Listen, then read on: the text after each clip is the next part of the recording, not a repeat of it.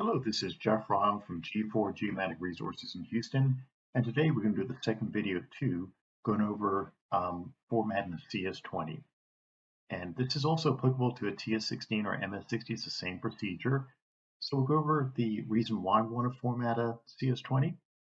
We'll quickly upload a license key to enable firmware updates, and then we're going to back up the jobs, settings, and files. We'll go through that.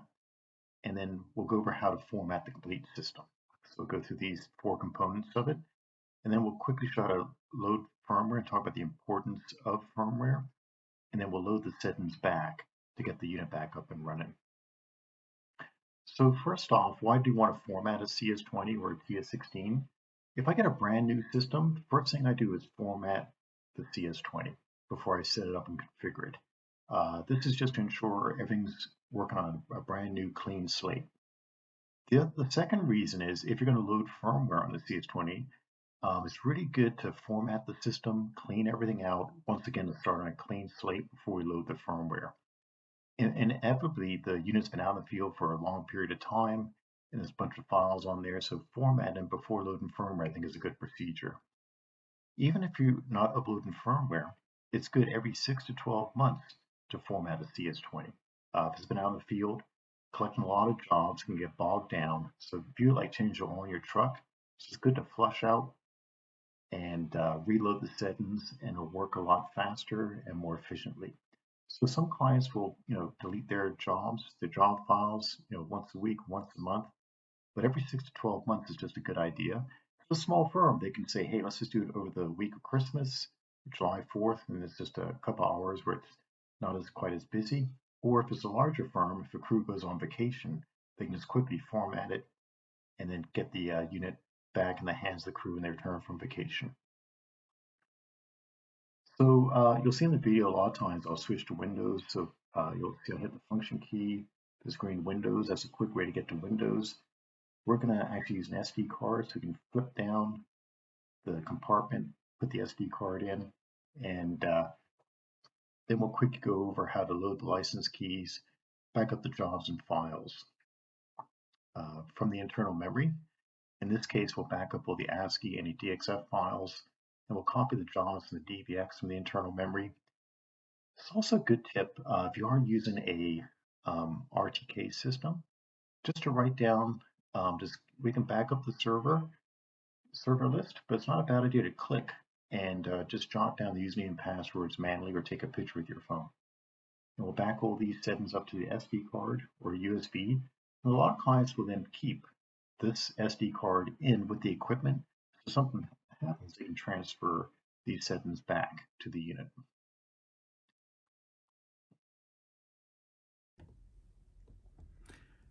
Okay, we have the CS20, and the first thing we're going to do is we've loaded the license key onto the SD card. So if I go to Settings, Tools, then you see Load License Key, and then we just say from the SD card. And this will load the license key from my world because we're going to upload the firmware. If I go to Settings, then go to About Captivate, then we'll page over, and then we can see under Leica Captivate tab, the third one over.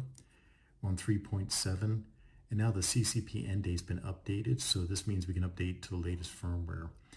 We're going to update from version 3 to version 4 and step up in one increment firmware versions.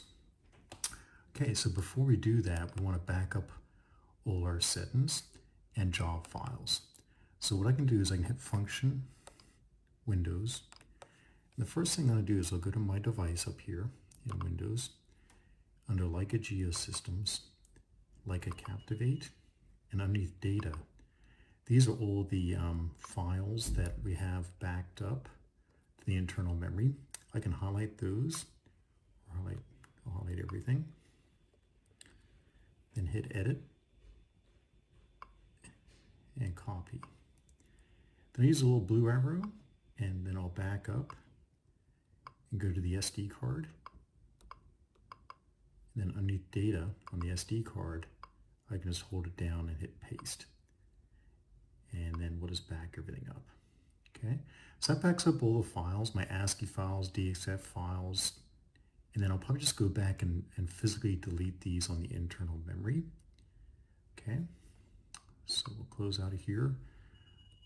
But before I do that, I'll go back to Leica Geosystems, Captivate, DBX. This is where all my jobs are. So once again, it's important to back them up. We'll hit Edit, select all, they'll turn blue, hold it down, copy, and then use the back arrow key in Windows to the SD card, and then go to DBX, and then I can right click and hit paste. This will then back up all the jobs. So if you have a whole bunch of jobs, this is the fastest way to back them up. And you know, if you have like over 50 jobs, it's easier to do it via Windows than via Captivate. Okay. So while it's doing that, we'll back up our settings as well. So if I go back to Captivate, what I'm going to do first is go down to Settings, Tools, Transfer Objects. And in here, I can go up to the top and transfer each one individually, or there's an all objects. And I can say from internal memory to SD card. In this case, I'll say do not transfer the jobs. This might take a while. If you have under 50 jobs, then you should be okay. But I just showed you how we did it in Windows. So this will speed it up. If you have a whole bunch of jobs and we're going to format internal memory, I transfer them using the Windows. We'll hit OK. And now all our objects will be the code lists, coordinate systems, server lists. Since we're loading firmware, we're going to recreate our Workstyles, but this will back up all our settings from the CS20 to the SD card. Okay, and it should just take a minute to back all these up.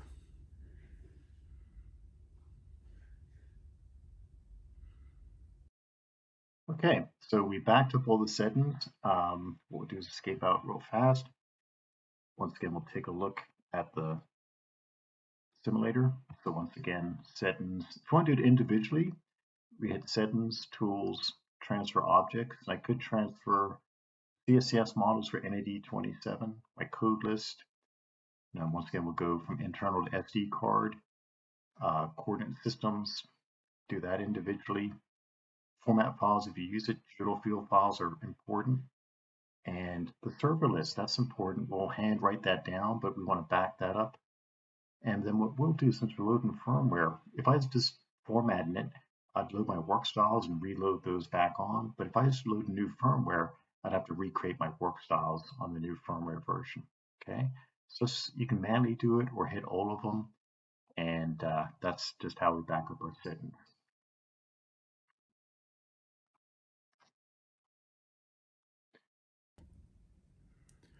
Okay, all the settings have been backed up. One quick thing that's a good tip.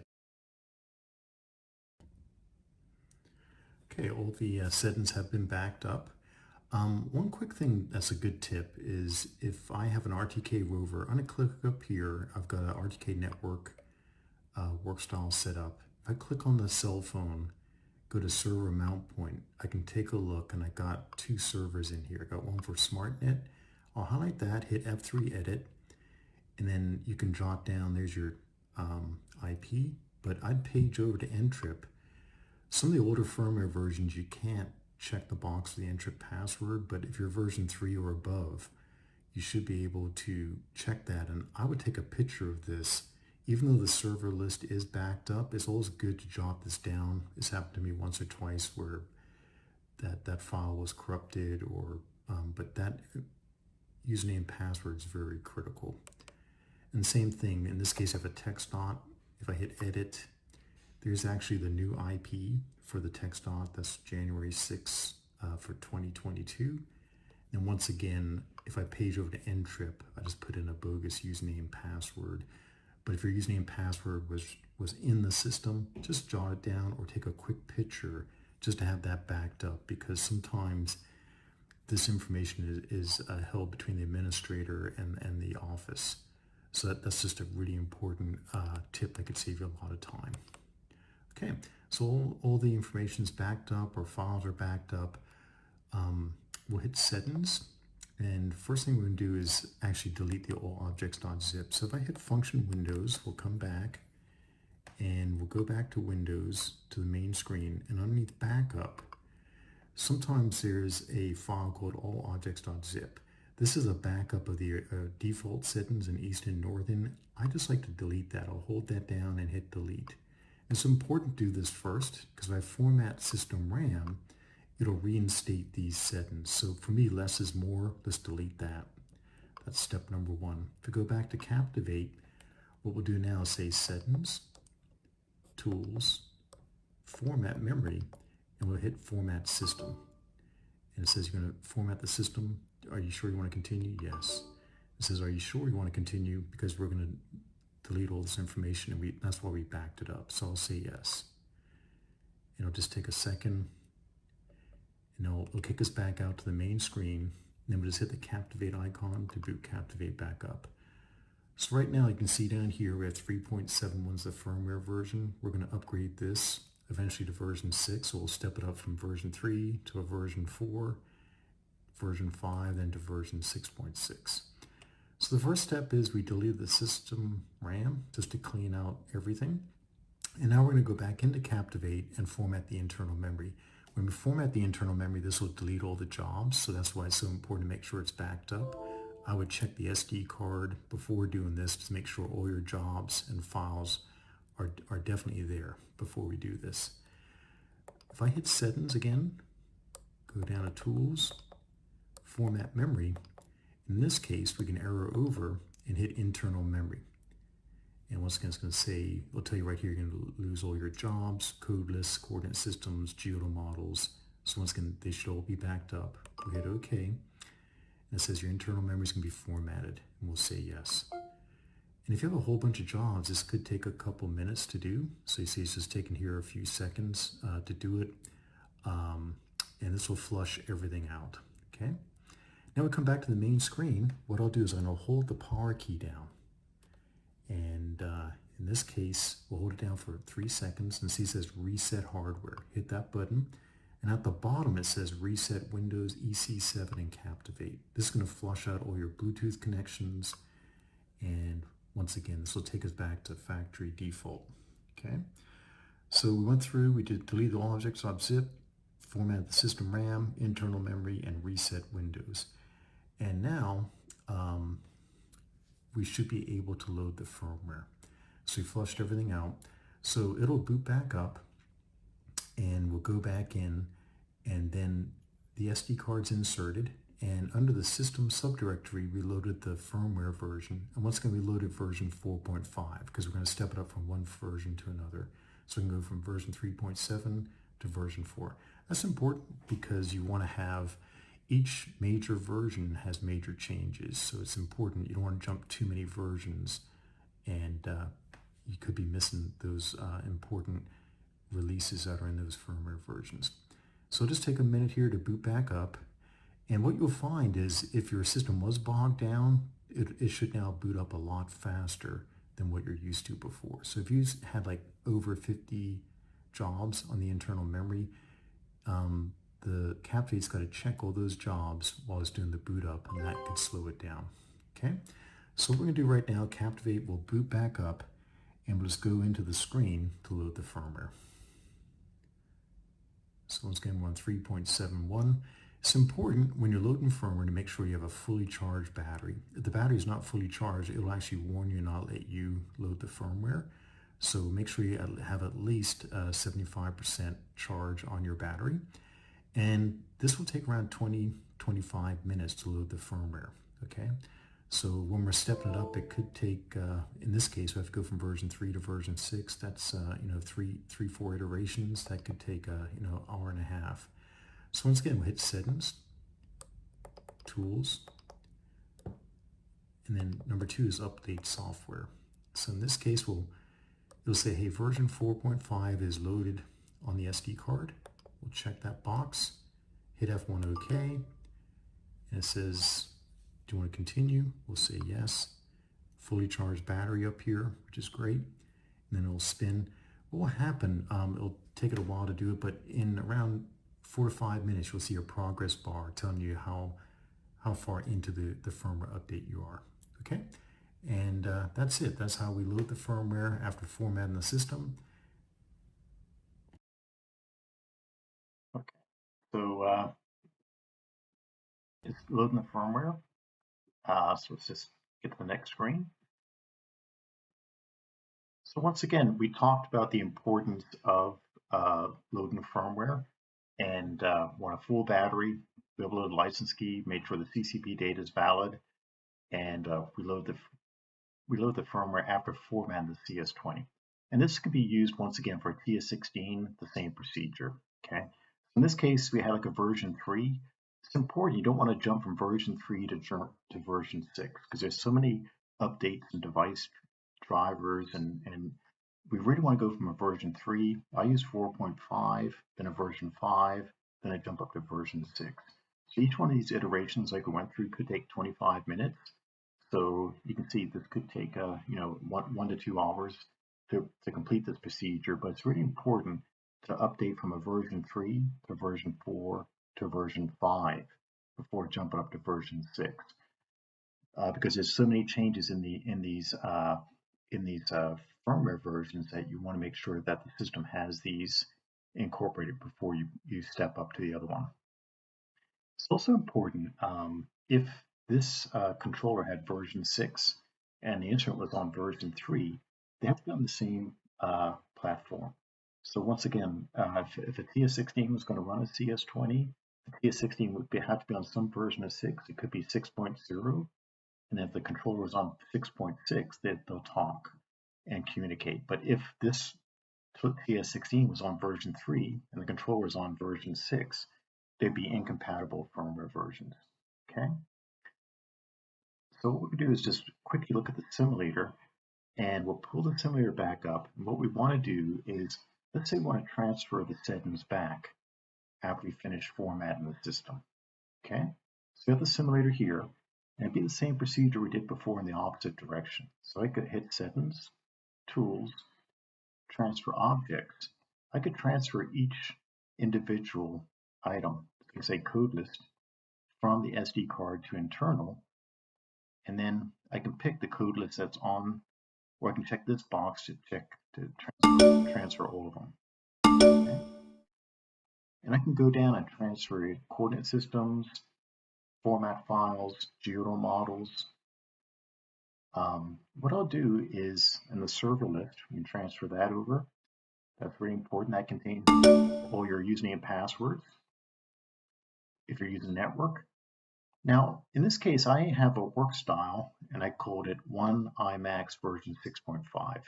So if I update it from version 3 to version 6, I've got a standard one that I upload, and then I can use that to configure the system. So please refer to the video on Workstyles. But once that's done,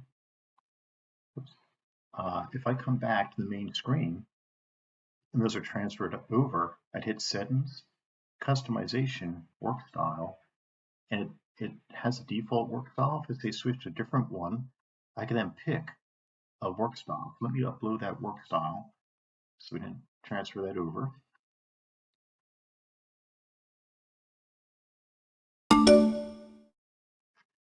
And now if I hit Settings, Customization, Work Style, I could switch from that default to this IMAX. And what I normally do is I'll pick that default and I'll delete it.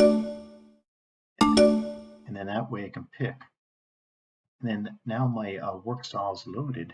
And what I do is refer to the other video we did on work styles. You go in here and just check the work style, tweak it a little bit, make sure your settings are good.